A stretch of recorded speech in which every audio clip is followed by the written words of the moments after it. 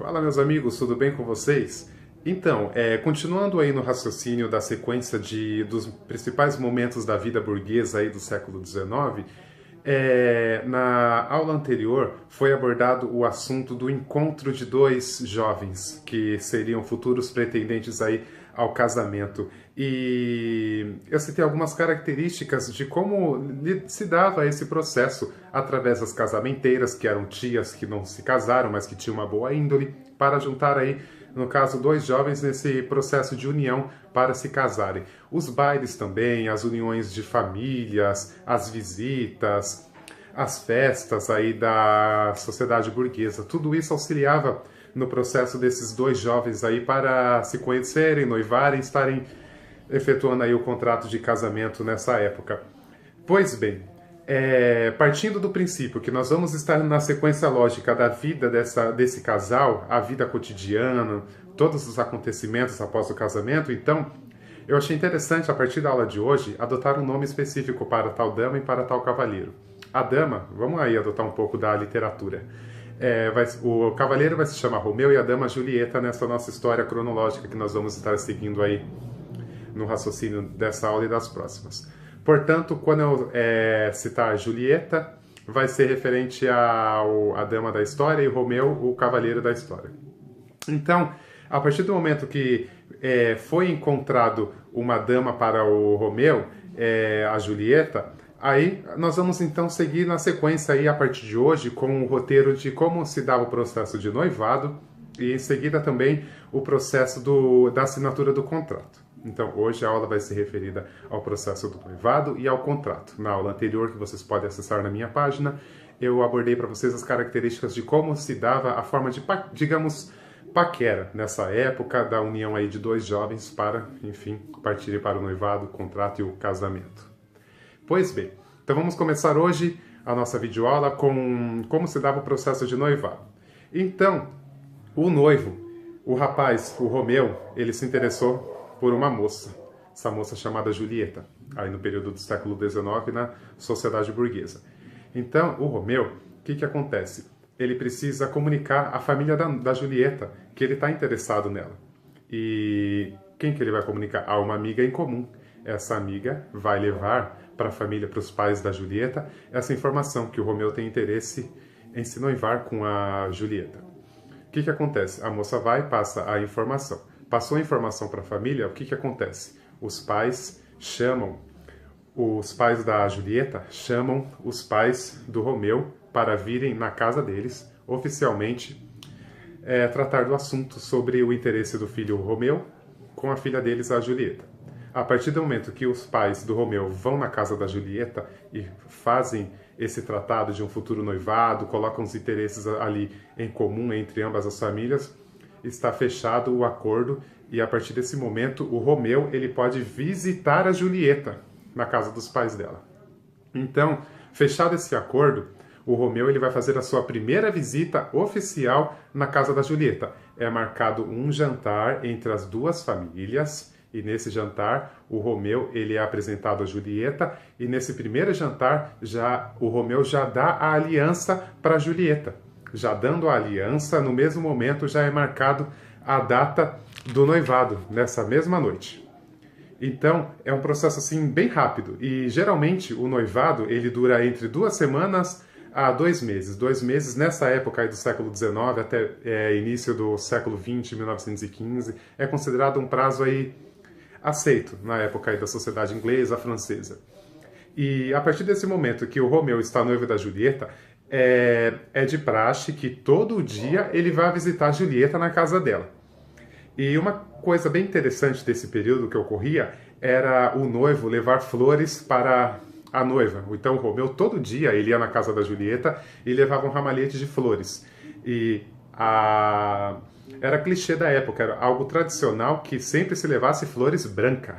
O branco representando a pureza. Então, as famílias mais abastadas, o noivo que tinha mais dinheiro, ele levava todo dia as flores brancas. Porém, uma característica que na época não foi muito aceita era que do primeiro dia do noivado até a véspera do casamento, eram flores enviadas todo dia para a noiva. Então, o Romeu, ele tinha esse costume, então, todos os dias de mandar flores para Julieta, até a véspera do casamento.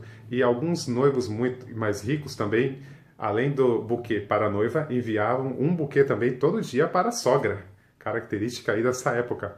E eu citei para vocês, o que não era muito aceito era que, com o tempo, o que acontece? Quando o noivo ele tinha bastante dinheiro, a cada dia que se passava, as flores iam pegando uma pigmentação diferente. Se ele começou no primeiro dia na aceitação do noivado da família da noiva e o acerto com a família dele, começava com a flor branca, no segundo dia o branco já ia pegando um tom mais vermelho, iam mudando os tipos de flores para se mudarem a pigmentação das flores. Até quando chegasse na véspera do casamento, o noivo estaria mandando um buquê de flores de rosas, totalmente vermelha, púrpura, da paixão. E esse costume era considerado muito radical aí pelas famílias tradicionais da época, por algumas famílias, mas é um caso aí interessante, uma curiosidade que acontecia nesse meio. E pois bem, nessa visita do Romeu para Julieta, sempre na sala onde eles se reuniam para conversar, ficava a mãe observando, a mãe da Julieta, ou uma irmã, alguém da família ali, ficava observando atentamente a conversa.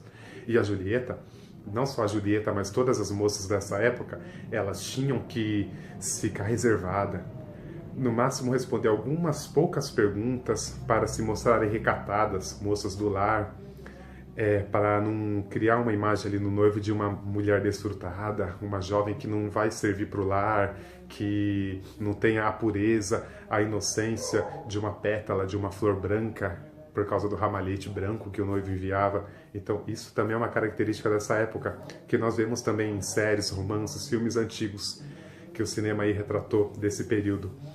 E também esse processo aí que eu citei para vocês da reunião dos noivos, enfim. Então, passando-se de 2 semanas a 2 meses, ocorre, enfim, o processo aí do casamento. Então, esses são os passos do noivado de uma família, de um casal tradicional aí burguês do século XIX e início do século XX, que eu citei para vocês. E eu citei no vídeo anterior sobre o processo de união desses dois jovens para se chegar ao noivado, e uma característica também que ocorria nesse período era que muitos noivados e casamentos aconteciam assim, ó, na flor do dia, rapidinho, era muito rápido, seja no verão, em passeios a castelos, visitas em balneários, em praias, enfim, havia o interesse, a piscadinha assim de um jovem para uma jovem, e no inverno acontecia também nos concertos, em óperas, em teatros, a paquera rolava solta e muitas vezes o casamento, o noivado ali acontecia rapidamente.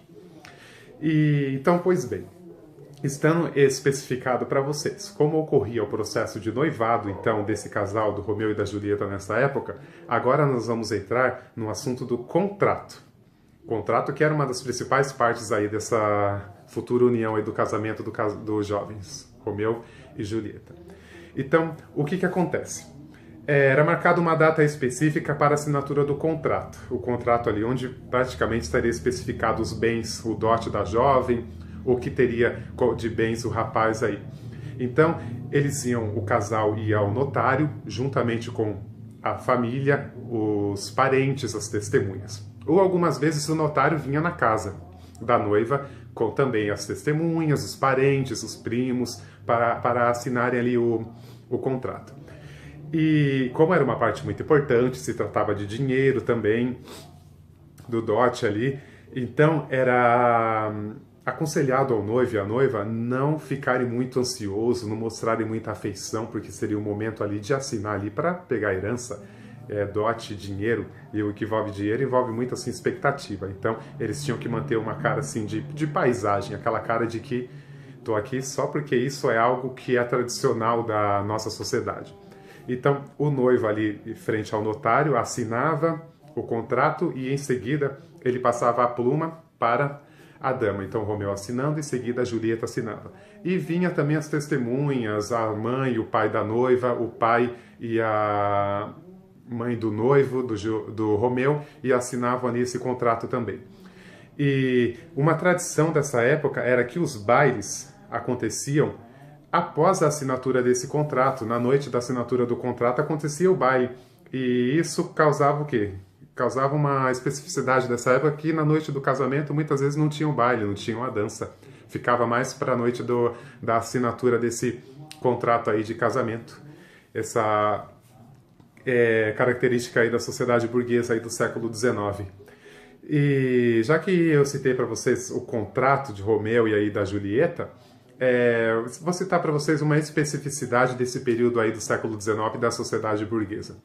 Pois bem, às vezes o rapaz, quando não tinha muito dote, não tinha muito a oferecer também nesse casamento, não tinha muitas posses da família, uma característica era, às vezes, muitas vezes, um comerciante, um industrial que casava com uma moça, ele tinha muito mais dote que essa moça. Porém, a moça poderia ter poderia ter nome de família tradicional. Então, isso facilitava a união desse casal. E acontecia o inverso. Às vezes, quando o rapaz ele não teria muitos bens, porém estava estudando com um diploma universitário nessa época que era raro entre as pessoas, e ele teria a possibilidade de ascensão profissional, casaria sim com uma moça com dotes superiores e teria aí essa união do casamento.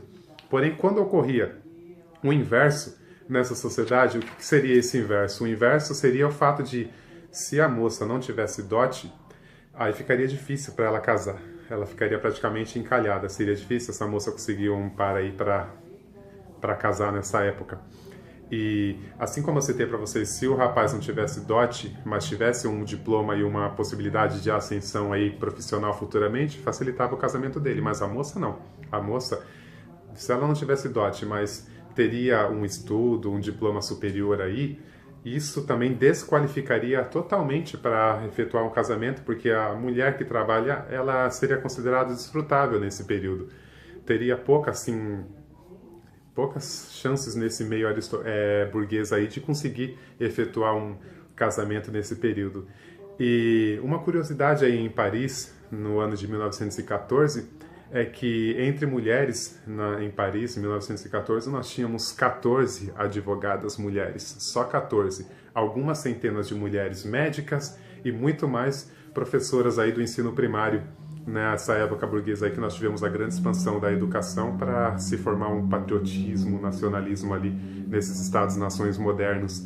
Então, o que nós vemos nesse período aí que eu citei para vocês, e do noivado, do contrato, é que sempre o homem ele continuava tendo essa dominação aí tanto no casamento, na sociedade, e sempre tivemos esse pensamento aí, infelizmente, inferior aí da correlação à mulher, que não podia trabalhar, sempre tinha que ter dote maior, mas enfim.